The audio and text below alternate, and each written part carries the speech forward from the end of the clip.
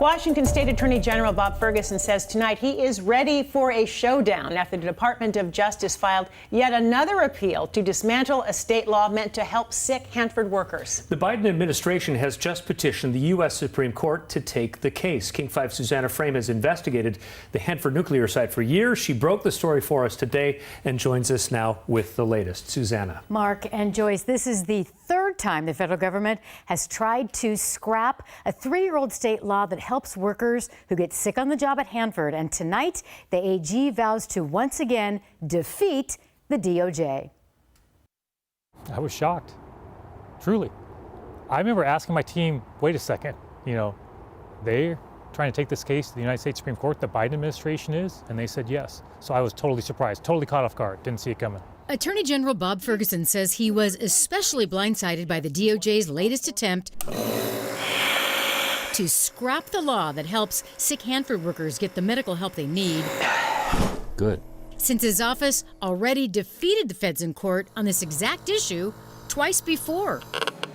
But at Hanford, the DOJ isn't giving up, saying the law is unconstitutional, that states can't tell the federal government how to run its business. The U.S. Department of Energy owns Hanford and runs and pays for its own worker compensation program. There are judges of all persuasions who have looked at this case and reached one conclusion.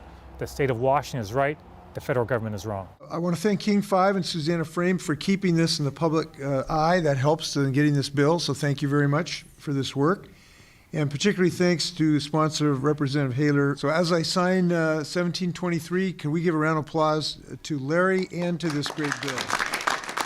Governor Inslee signed the bill into law in 2018 after a King 5 investigation found a 30-year Hanford worker compensation program that cheated people out of benefits, including denying claims based on incomplete or faulty information and accusing workers of faking their illnesses.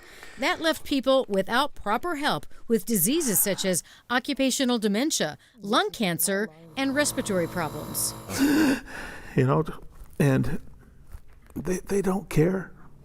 They don't care. Ferguson says he doesn't believe President Biden or his key advisors are aware of the petition to the Supreme Court, and he's hoping the DOJ will drop it and stand by workers at the most toxic work site in the country. There's only one resolution to this. We win or they beat us at the U.S. Supreme Court. There's no backing down on protecting workers at Hanford. So what is next? Within the next few weeks, the Supreme Court is expected to decide whether or not to take the case. If the court denies it, the fight will be over and the state law will stay in place. Mark and Joyce?